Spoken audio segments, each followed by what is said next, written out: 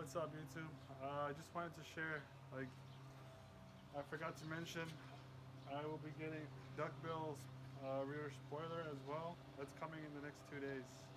I hope 2 days, not three. So I'm gonna install that here. It's gonna look nice in the back. And once that's installed, I'll show you guys how it looks. And I also ordered the front fog lights and the bottom, the overlay. And also, I want to thank you guys for supporting the channel. And I finally hit like above 1,700 subscribers, and I got about, I would say about 6 months ago, I was getting 6 to 70 views per day. That was kind of bad, but hey, it takes time. Everything takes time.